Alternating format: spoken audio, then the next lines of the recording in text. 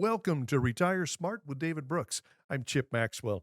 Uh, David, did you enjoy that parade over the weekend to celebrate Memorial Day weekend put on by Patriotic Productions? I really did. It was a lot of fun. I went downtown there and it took me a little to find you because I parked on the other side, if you will. Well, there's a Uh, big crowd there, too. it really was. And it was great to see the parade. And we had representatives from basically every war we participated Yes. in watching in the parade. We had a lot of locals of various organizations and civic organizations and clubs represent. And it was just great to see the spirit of, pride and patriotism on full display, 20,000 plus people or so downtown.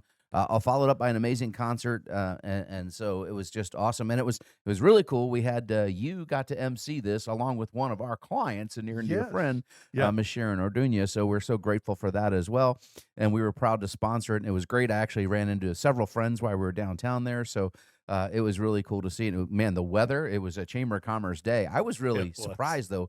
I didn't see any local news covering it.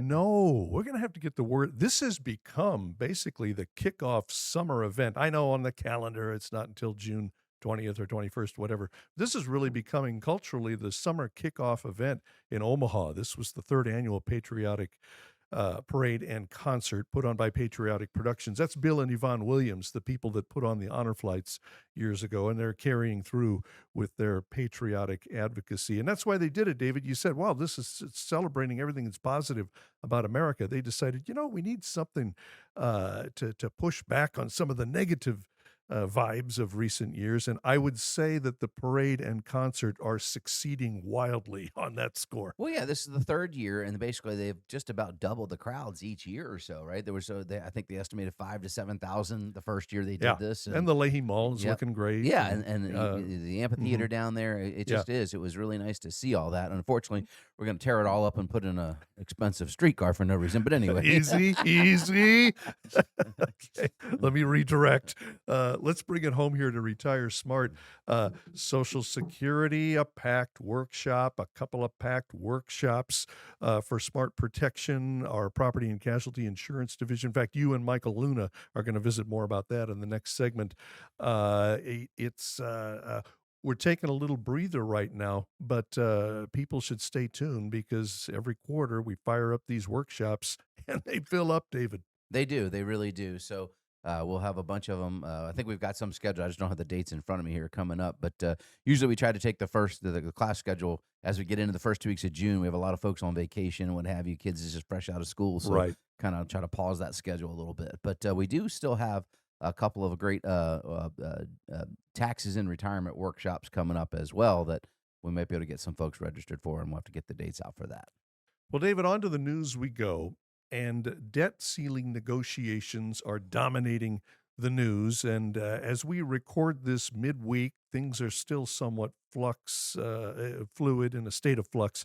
It's looking like a deal is taking shape. Well, here's a tweet that you've shared with me, David, from Senator Rand Paul. Uh, Fake conservatives agree to fake spending cuts.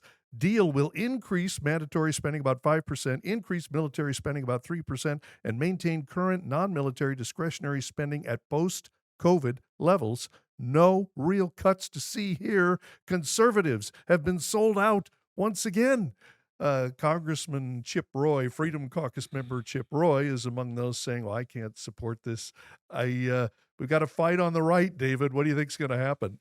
Well, imagine that you owe $32,000 in credit card debt, Chip, Okay. and your annual income, you worked really hard last year and you just hit a record and you made just over $4,000 as your annual income. Imagine that was the top Yeah. of the heap for you. You just got to that $4,000 level. So you call your credit card company up and you're all proud of your new income level and you say, I know I'm at 32,000 and I know I can't even pay the interest on my debt, so I'm negative amortizing that debt. But I'd like you to prove my limit and run it up to $36,000 for me. And their first question is, well, do you have any new revenue or you got new? No. Um, well, do you have any savings you can maybe pay down? No, no, don't have any of that. This is it's Yeah. ridiculous that we have to have this argument. And then you have those on the far, far left. We shouldn't even have a debt ceiling. We should just be able to spend what we want. Well, I want you to pay attention to Turkey over the summer. Turkey is collapsing as we speak. I mean, it is. You cannot print money out of thin air. Venezuela went through this, right? Zimbabwe went through this.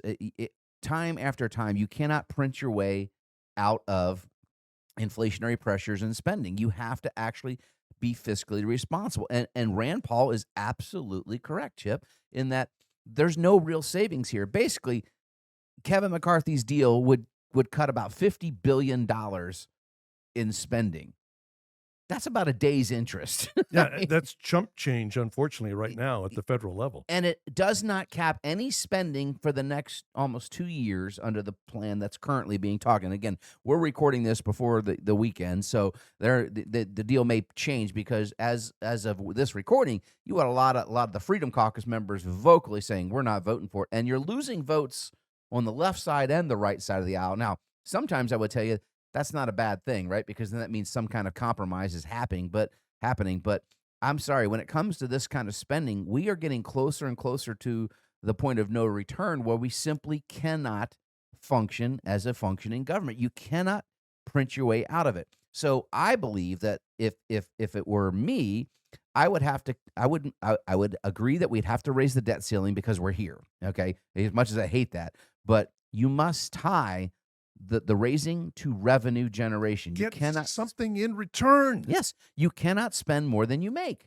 I mean, it's that simple. So, and then they're talking about, well, we can't cut. And he talks about $50 billion in cuts. Biden's going to send another $275 billion to Ukraine. How about? But Janet Yellen's out there telling you, Chip, we're going to first thing we're going to do is stop Social Security checks and cut veterans benefits.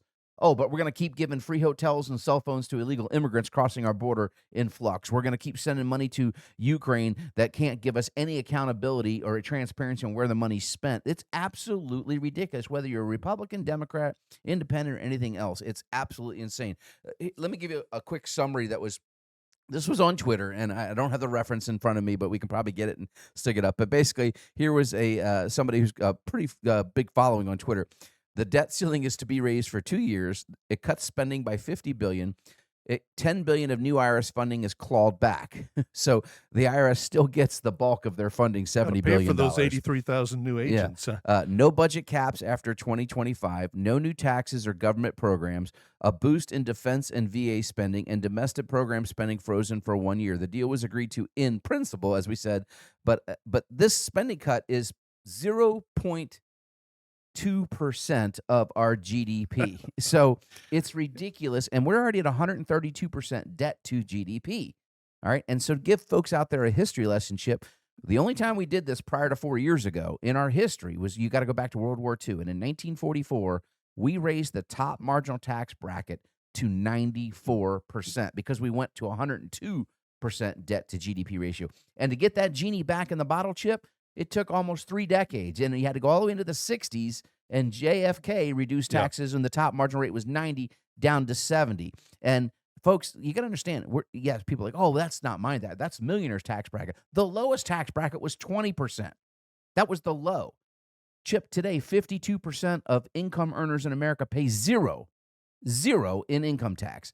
I say that's wrong. I'm sorry. Everyone has to pay their fair share. And we need to increase revenue, not increase tax rates. That's the thing. If you want to increase revenue, you widen the base, you stimulate the economy, and you get more revenue. And what we saw happen in 2018 is proof, right? 2019, record revenue for the federal government after we enacted Trump's tax cuts, the Tax and Job Act of 2017. So this is ridiculous, and it's much ado about nothing because we're just spinning out of control on debt. Well, on that point, spinning out of control, and you said earlier, you mentioned Venezuela and some other places who thought, well, we can just print money, print our way out of our economic difficulties. That leads to disaster. You sent me an article, David, from Bitcoin, and it's fascinating. The author compares the economic situation, the debt situation, with a black hole. A little physics mixed in with our economics here, that if you get too close to a black hole, you're going to pass a point of no return where you're going to get sucked in so no people matter what.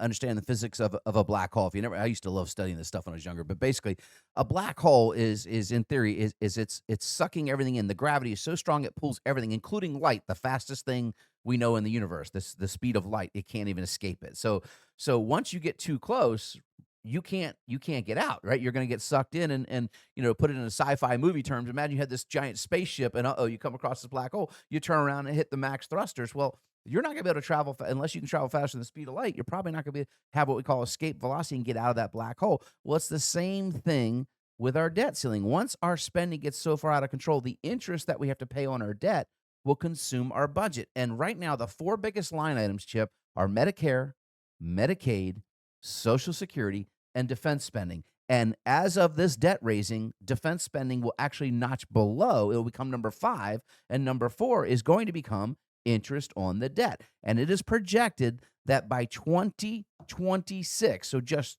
not even 3 years from now, it could be number 3 and it's not number 4. And by 2030, be the number 1 expense on our balance sheet and would require 50% of our projected government revenues.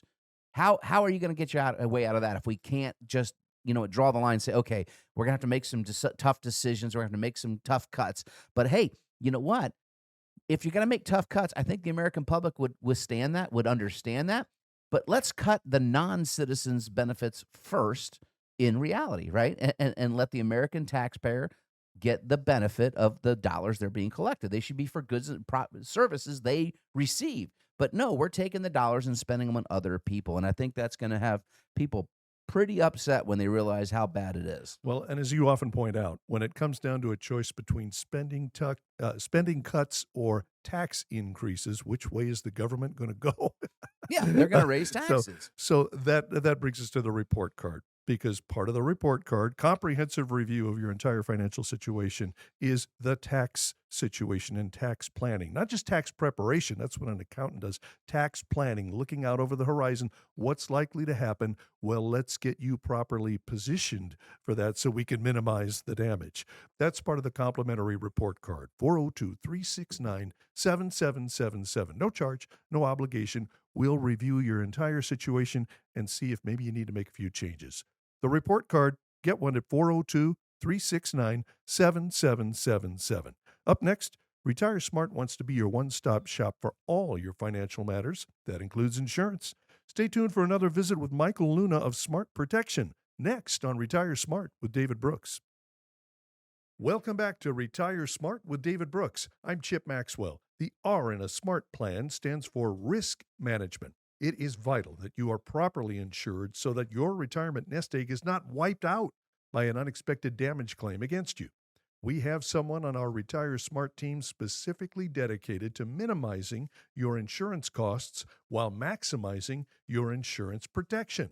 David, please introduce our special guest. Thank you, Chip. Yeah, we've got our property and casualty and general insurance and liability specialist, if you will, in the room, Mr. Michael Luna. Michael, thank you so much for taking time to stop by again this week. Hey, thanks for having me back. So you just got done another round of teaching the smart insurance class where you kind of, help a lot of our clients and some of our listeners that come and attend this, but just how insurance works and, ways I've talked about all the time on the air, how you taught me some things and you actually showed me how to increase my coverage and not really actually increase my premium. Although that's going to be a challenge for a lot of people from what I hear you're going to be talking about today, right? So we've got some challenges in the cost of insurance in general right now, right? Premiums are definitely on the rise. Yeah, auto premiums are just kind of skyrocketing right now across the board. All companies are taking rate increases. It's shopping auto insurance right now is at an all-time high. And so, that was interesting. You just said that is we just had the Berkshire Hathaway meeting here this past month. And of course, Berkshire owns Geico, which is, one of the largest insurers, and probably them and Progressive are the two most aggressive in marketing, at least the auto part, right? You got Flo and the Gecko, et cetera. And they got good campaigns, let's face it. But they were really down. Progressive kind of ate their lunch over this last year. And now they're having to rate increase people. And they used to be a cost-effective insurance, if you will, for a lot of folks. But they're having to catch up, and that's simply because what they're having to pay out in claims, right? Yeah, the auto body parts, mechanic costs, body repair shop, all those guys, the costs are just inflation is driving it all, which goes to show you how much it can wreak havoc in all facets of the economy. Yeah, my father, unfortunately, he still drives, and I don't think he should, but he's in his 80s, and he got in a car accident not that long ago, down in South Carolina, and, you know, basically, the car is totaled, and he's not wanting to realize that. Simply, I'm like, "Dad, the cost to repair it Mhm. is simply more than the car is worth." He's got this old Lexus SUV. I say old, but I mean, it's a nice vehicle, but it's like 18 years old. He's had it a long time, tons of miles on, and he drove that thing across country a couple times. So I think he's got around 300,000 miles on it, and he's wanting them to fix it. And I'm like, Dad, why would they do that? Mhm. It's going to cost them, probably twice what it's worth. And that's because labor costs are through the roof. If Mhm. the auto body shop can get qualified labor to to show up for work, Yep. right? Then the inflation and supply chain problems on the parts that Yep. were they were trying to buy was still a problem.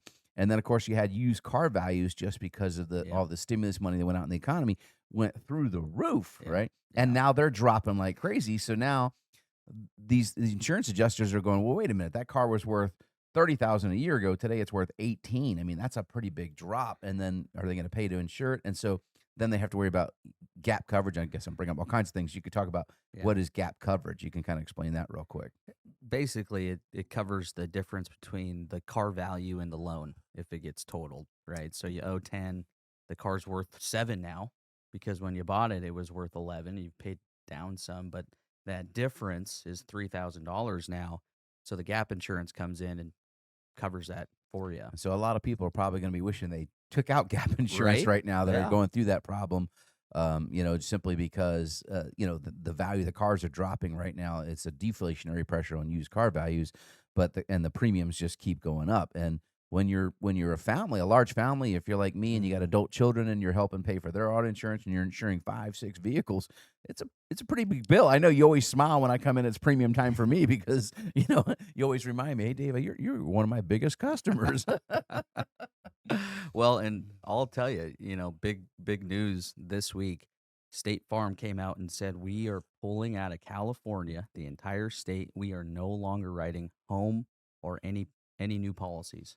And what do you think that's attributed to? Inflation. They flat out said it's due to inflation. Car parts costs are going up. The wildfires. That's a little bit of a mix of everything. And if you're not familiar, folks, California has its own set of rules, and so cars have to have additional emission standards met in California. So if you buy a vehicle that is manufactured for California, sometimes they'll have some extra parts on it, and those parts come at an expensive cost to replace, which is why they're pulling out. Now, I went through this. So I lived in Florida in 2004. We had 4 major landfall hurricanes. The only time in history it was a crazy and wild year, and we had State Farm, USAA, and Allstate all pulled out of the homeowners market in Mhm. Florida. They still did auto and still do, but they pulled out of the homeowners market completely and still have really never gone back.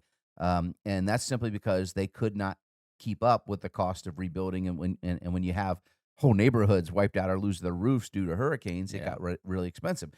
I think this is the first shot across the bow for California, and it's due to some of the regulations they have there, Yeah. the inflationary pressures they're on, and just the cost of living there. So the labor there to pay a mechanic there is probably twice what it is here in Omaha, Nebraska. So that's what are you going to do if you live in California and all the major insurers pull out? Well, I can tell you what happened in Florida is the state of Florida actually had to help create new companies, and these names were like Royal Bohemian or something out of the Bahamas, and they would create these small insurance companies. The state would help them get created. They would maximize their risk, typically around like $100 million. So they would take on up to about 100 million, and they kind of would cap it and close that company and let them maintain that, and then start another one. And then those companies, of course, would sell off the insurability risk, kind of like a bookie laying off bets, so to speak, right? And that's called reinsurance, right? Can you talk a Mhm. little about how reinsurance works? Reinsurance is the insurance that an insurance company buys. So they are consumers of insurance as well, and it works similar to the way a homeowner's policy works. They have a deductible. Obviously, it's much higher than URI's homeowner deductible. But once that deductible's met, that insurance company covers anything above that. And those companies, those reinsurance companies, are raising their rates, some of them upwards of 50% in premium. So these insurance companies, they just can't keep paying that bill. Well, and let's talk about that. So we've had housing go through this crazy cycle since COVID hit. So the last 3 years, housing has just been booming in prices and valuations. And we talk about all the time. People when they bring their policies and you review, they have dwelling coverage that's not even going to build the garage anymore in some Mhm. cases, let alone the whole house. If goodness gracious, they were to get a lightning strike and the house burned down or something like that. So understanding how your insurance policy works, all the metrics and components of it, and the how to basically increase coverage in certain areas, which is what you taught me, but also able to decrease other parts of the policy that were maybe unnecessary or what have you, is really what a good insurance agent basically does. And you do this for our clients. Basically, you call it a risk analysis or risk review, right? Yeah, and it's complimentary to all Retire Smart clients, which they enjoy, and we make it really simple. But we will dissect that policy and pretty much show them, hey, here's what you have, here's some areas you may be lacking, and then we'll show them, hey, here's what that cost would be if you added that or reduced this here, and sometimes we save them a boatload of money and increase coverages at the same time, so it's a win-win. I want to talk here just in a couple minutes we've got left about kind of the third main type of insurance. So most property and casualty agents like Mike here are going to focus in on your homeowners policies, your auto policies, and then the third one would be what's called an umbrella policy, right? And these are the most underutilized policies that can really save people a lot of havoc and can also help them understand how to set up the right amount of risk on the policies that are underlying. And so basically, an umbrella policy does that. It just kind of covers over and above in case your insurance doesn't cover, what it happens in an auto world. That's pretty easy with medical payments today, right? Things Yeah. like that with inflation there. So, can you talk about why it's so important to have the right titling on that policy, and you have to have basically what's going to be named as an insured, whether it's a vehicle, a vacation home, and yeah, I mean you run into that a lot where people have umbrella policies, but the only thing they have covered is maybe the car they drive and their primary home. Yeah, you see it a lot. People buy things over the years and they forget to tell the agent, or they tell the agent because they need, say, a boat policy now, but the agent fails to add it to the umbrella policy.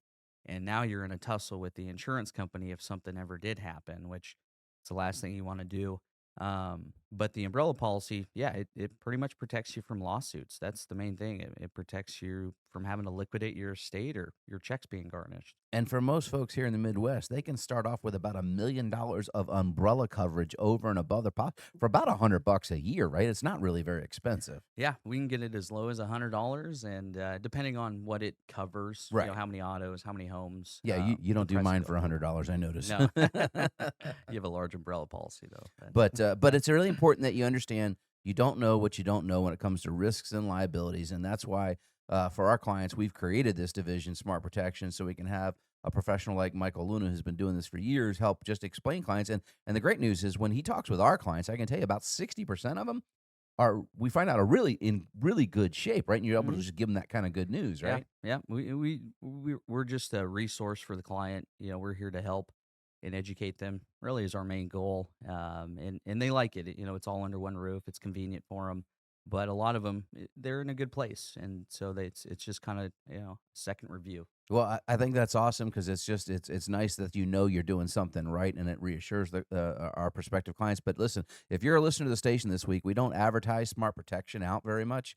But if you would like to get a complimentary risk review, you're welcome to give us a call and have Michael run through your stuff. Michael or one of the members of his team would be happy to just set up about a 15 to 20-minute phone call and just kind of walk you through what questions you have and see if makes sense to actually have the risk analysis done or just answer your most basic question. If you'd like to take advantage of that, give Mike a call now, and we'll set that up at 402-369-7777 for your complimentary risk review. Michael, unfortunately, we are out of time already here. It sounds like the classes went really well this past week, so we'll look forward to the next round of those and having you back on here in a couple of weeks. Thanks again, guys. All right, man. Have a great day. And You too. Chip, tell me, what do we got coming up next? Up next, you have questions.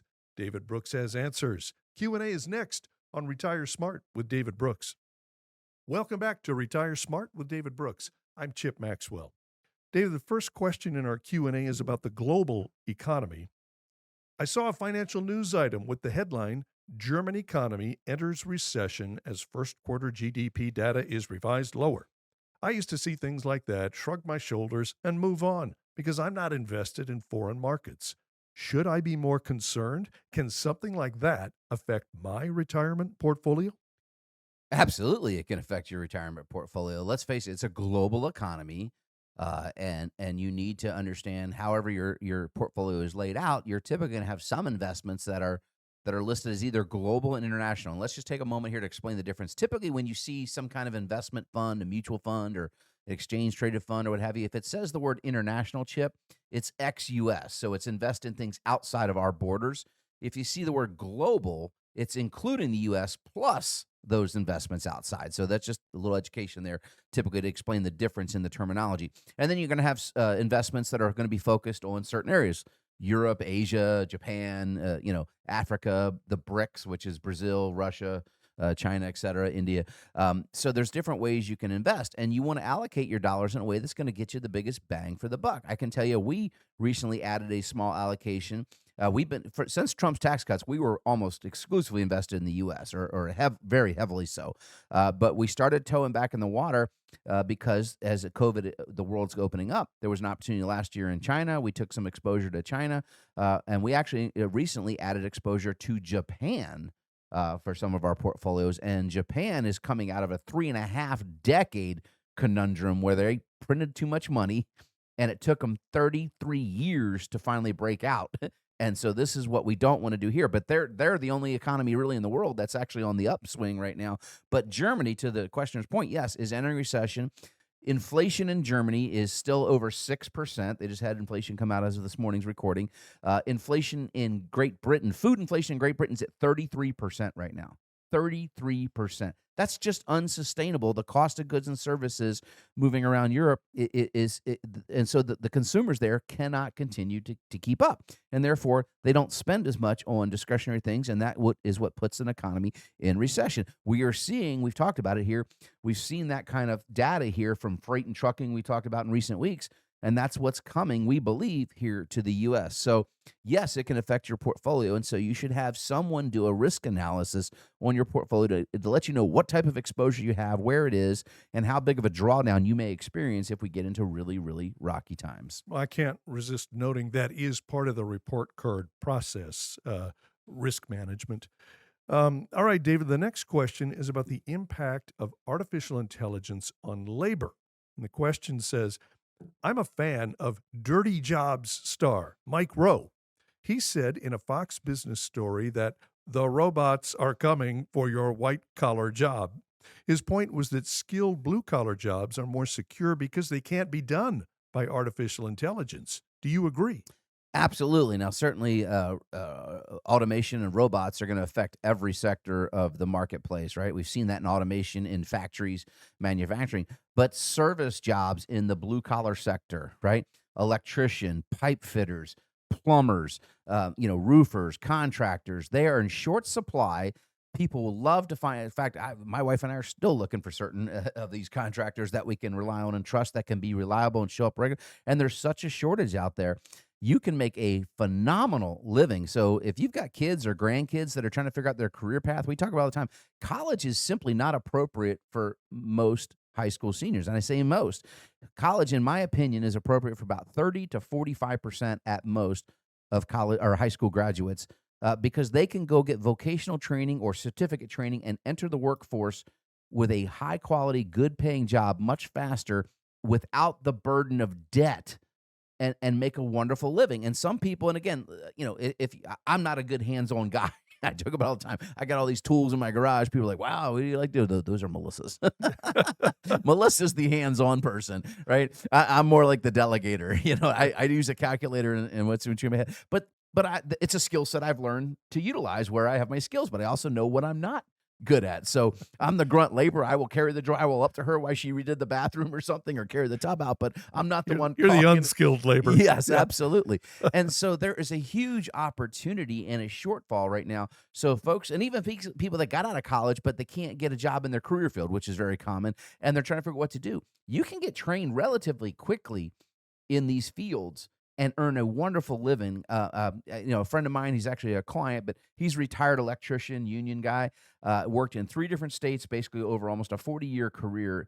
done very, very well for himself. High school education, extremely well, has just built himself a beautiful retirement home, and he made a great living.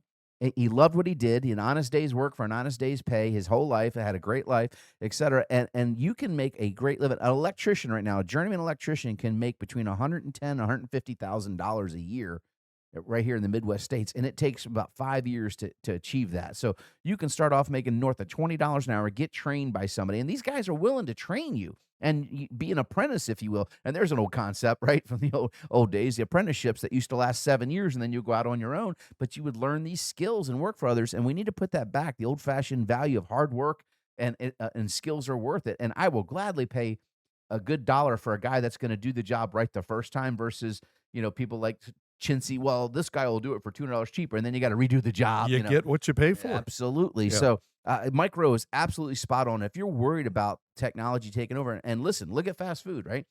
They keep demanding that, hey, $15 an hour should be the minimum wage. Well, that's fine. But in some places, it's $20, $22, like in California, they're proposing. Well, you know what? They can install a kiosk a lot cheaper. And then you got to sit there and go up and use a touch screen. And if you're a germaphobe like my wife, imagine touching that screen that everybody all day long. Oh, man, it's Yeah. just so, But anyway, it's going to change the game in the job field. Now, listen, AI in general, Chip, it can be used for good or evil. And that's a whole nother topic. We could probably do a whole That's section. like maybe any technological next week. innovation, Yeah, I suppose. absolutely. Yeah. And so, what I want to point out is the AI I've been joking about is I think it stands for artificial inflation in a stock price. In other words, right now on earnings calls, we continue to hear each CEO when they're struggling, but we have an AI, program coming out. We're going to use AI to use analytics to study our customers so we can sell them more. And struggling retailers are popping out everywhere, and they're trying to pivot. And this is so much similar to me to when I first got in this business 24 years ago. And it was, we have a .com strategy. We're going to have a website when that was a new thing. Right. And that's what they would say when they had nothing else to say. And right now we're seeing this euphoria in artificial intelligence. And so you want to be safe from it? Yeah, get your kid or grandkid trained in a good service industry, blue collar job, and they will be able to feed themselves for life. Let's squeeze in one more question, David. This is about 401k accounts. Is the maximum allowed contribution for a 401k going up? If so, would there be any reason not to max out that contribution? So we had a good jump this year. So you can increase how much you can get into your 401k this year. And if you're over 50 years of age, you can add another $5,000 into that account. Now, here's the caveat though. You also can put it in, if you have it, and 88% of all 401ks in America as of January 1st this year offer a Roth version of the 401k. And so you could put all that money, over $30,000, into a Roth 401k. You're not going to get any tax deductions today for doing it, but that money, if you follow all the rules, will never be taxed again. When you take it out, Which is, tax-free. and so if you're a Yeah. younger person, getting money compounding tax-free, for a decade or two before you retired is huge. And then you can withdraw it tax-free. And the other good news, Chip, is once you're in a Roth, those dollars could roll to a Roth IRA upon your retirement, or even earlier if you switch jobs or turn 59 and a half. Most plans allow for what's called in-service withdrawals. You could roll to a Roth IRA. Okay. And then there's no required minimum distributions. You don't have to take money out if you don't want. You can pass those dollars on tax free. You don't know what you don't know. And the tax analysis is an important piece of a good report card. That's why you get the report card, because you don't know what you don't know. And tax analysis, tax planning is a crucial, vital part of it. 402-369-7777. No charge, no obligation. It's a complimentary review of your entire financial situation. The report card, 402-369-7777. Up next, are most retirees satisfied with their retirement plans? You might be surprised by the answer. We'll tell you next on Retire Smart with David Brooks. Welcome back to Retire Smart with David Brooks. I'm Chip Maxwell. David, this article from money.com, the headline is Retirement Do-Over. Here's one of the most common regrets for today's retirees. The gist of it is, the article says 62% of retirees would go back and rework their retirement plans. What's going on here, David? Well, it's pretty simple. Is what if you get a chance to go back, you'd probably do things better, right? With the knowledge you have today. I mean, I just think about if you could go back and teach the 18-year-old version of me what the knowledge I have today, I Well, don't know, who okay. knows where I'd be. but I mean, I call it life tuition. We all learn these lessons as we get older and get I wiser, right? like that. Life tuition. So, these retirees were surveyed, and what was basically consistent across the board, Chip, is they all wish they started saving for retirement a little earlier, and most of them wish they saved a little more. So, if you're out there and you're a younger listener and you're in your 30s or 40s and you're kind of retirement's way out there, believe me, you want to start getting money growing for your retirement account and let it start to compound. And the longer you let it compound, the bigger that pile is going to grow. And we talk about there's a great book by Morgan Housel called The Psychology of Money. I read about a year and a half ago or so. It's a great read just on money. It's basically 27 stories on money. And one of them covers Warren Buffett right here. And it talks about when he was basically 59 and a half years old, he was not even a billionaire. And that kind of surprised even me. And now he's worth over $100 billion. And that's the power of compounding because now he's, 93? You're going to be 93 here shortly. So he's let his money compound for another 33 years and never really had to take any withdrawals out of it. And the power of compounding is incredibly powerful on the growth of your dollars. And then the second part of that is save a little more. And so one of the things we always ask people to do is every year, if you get a COLA bump at work, a cost of living increase, Chip, then just add, if you got a 3% cost of living raise, then add 1% of that to your retirement account. In other words, increase your deferral rate or your savings rate for retirement, wherever you're saving for retirement. And slowly over time, by adding to it, you're going to be putting more away, and you're putting away for a longer period of time if you start early.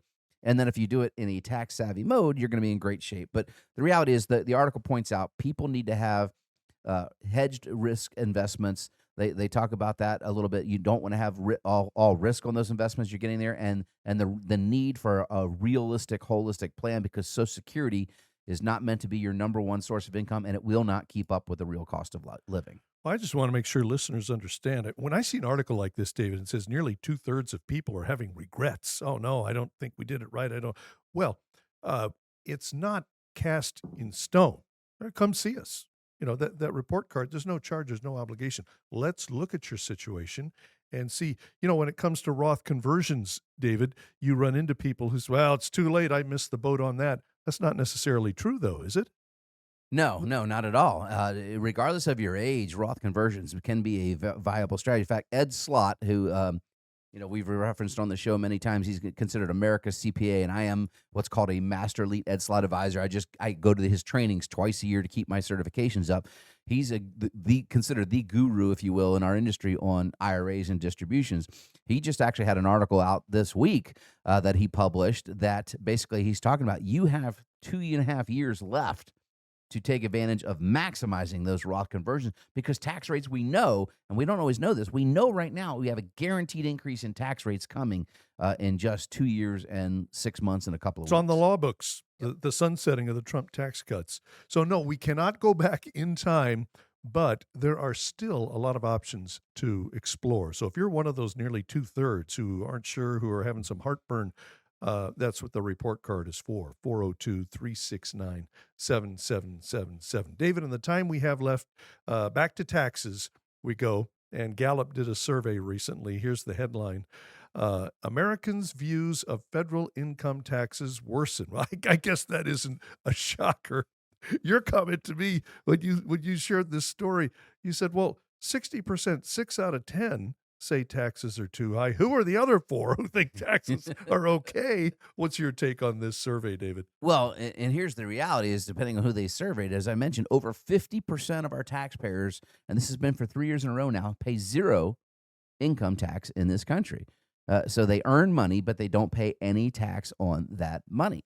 And again, so we're pushing the tax. We have a progressive tax system. That's the way it is, right? We're going to tax people that do better a little bit higher percentages, but you can't do it for so long. You can't keep pushing it because I think it was University of Georgia, and I'm paraphrasing, but there was a professor, economics professor, I believe university, that had this. It's been around for a long time, but he was trying to challenge his students to understand why progressive tax eventually fails, and basically he's like, all 10 guys go to a bar, and the guy who makes the most money basically, the guy who made the least money, the 10th, didn't pay anything. The rest of them shared his tab. The next time they said it wasn't fair, so the second to lowest guy shouldn't have to pay anything, and so forth. And sooner or later, it was the wealthiest guy, the 10th, the richest guy there, having to pick up the whole tab. And they showed up the following week, and he just didn't show up. And like, well, wait a minute, what happened? And if you've never read Ayn Rand's Atlas Shrugged, it's real simple. You can only tax the productive people so long before they say no mas and walk away. And we're seeing this within states right now, Chip.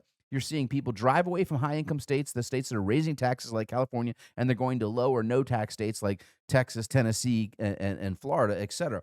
And so this Gallup poll, this was Gallup with local here, that did this survey. 60% think they're paying too much. About 45% thought they were fair. They didn't, and that was about the same as it was way back in 2001, according to the article. But here's the interesting part: is, as I mentioned, 60% didn't say it's fair. So obviously they were at least interviewing people that were paying taxes, because, as I said, over half the American public, and that's scary because who's going to vote themselves a tax in, right? Right. And Yeah, so they have no skin in the we game when it have to comes get taxes. this tax Yeah. stuff figured out, which is why, like here locally, you might want to support something called the Epic tax. We had Hal Dobb, our former mayor, on the air last year discussing this, and there's petition signers out there in both Sarpy and Douglas County. In fact, we ran into some of those at the Patriarch Parade last weekend, looking for people to understand, because if we move to a consumption-based tax, it's a much fairer way to tax your constituents, and it also will bring in revenue, Chip, from illegal activity such as bookies, gamblers, drug dealers, prostitution, all these other things, because those people are not paying income tax on that cash. Well, if it's a consumption-based tax, if they go to the grocery store, or they go to the gas station, or they go to the ball game or the movies, they're going to pay the same tax you and I would pay, and that's a much fairer way to lay out a tax levy. Well, you mentioned the EPIC proposal and state taxes, David. Now, here's a headline from the Nebraska Examiner.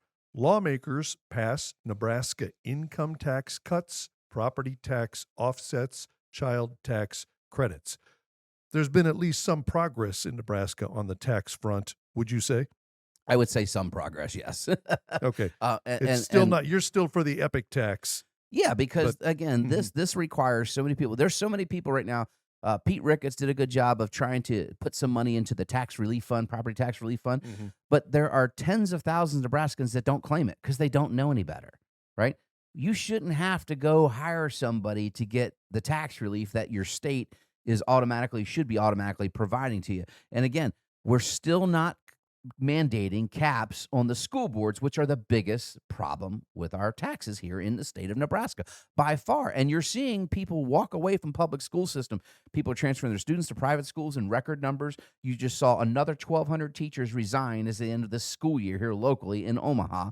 And it was even worse last year or the year before that. I'm not sure. But anyway, we've lost like 4,000 teachers in the last 3 years. And they keep hiring the same style of leadership, these academia superintendents. We just, good riddance to her. But, OPS's leader was not a good leader. I talked about that years ago when they hired her, and she just came in as a stepping stone, took her $500,000 a year in total package benefits, and left us high and dry and in dire straits. So the only way this is going to get better is if we kill some of the education lobby, which you've let me know from your experience, legislator, is the strongest lobby in our state. That's my opinion. It's not Chamber of Commerce or other things. Big education is the biggest muscle. The in money the should state go capital. where the Yeah. child goes, right? So school choice is a big deal, and now we need parents to be educated on this. And then what's going to happen is if enough kids opt out and the money flows, then the schools are going to have a day of reckoning, and they can't just keep paying all these employees that don't have things. But I mean, my goodness, we should at least be protecting our teachers. How many teachers quit because they were abused or I mean, there was one in the Omaha World Herald talking about she got spit on. I mean, it's just, it's Yeah. really disgusting. But Yeah. anyway, yeah. So that, yes, some positive tax relief passed, but it's still not in a way that's really going to cap anything. And we need to continue the fight. Well, we've come full circle, I guess. As we said at the beginning of the show, the situation is always fluid. It's always in flux when it comes to taxes and economic policy in general. That's why you can dip a toe in the water and get the tax planning guide that we offer, that David offers throughout the show. That's 32 pages packed with charts, graphs, data, great information. But if you want to take the plunge, get the report card because tax analysis and planning is part of the overall report card process. No charge, no obligation. 402 369 7777. That's for the tax guide as well as a report card. 402 369 7777. David, bring us home. Hey, have a blessed and prosperous week. Summer is here. Enjoy the weather. Thank you for listening to Retire Smart with David Brooks. I'm Chip Maxwell. For David Brooks and the entire team at Retire Smart, have a great week.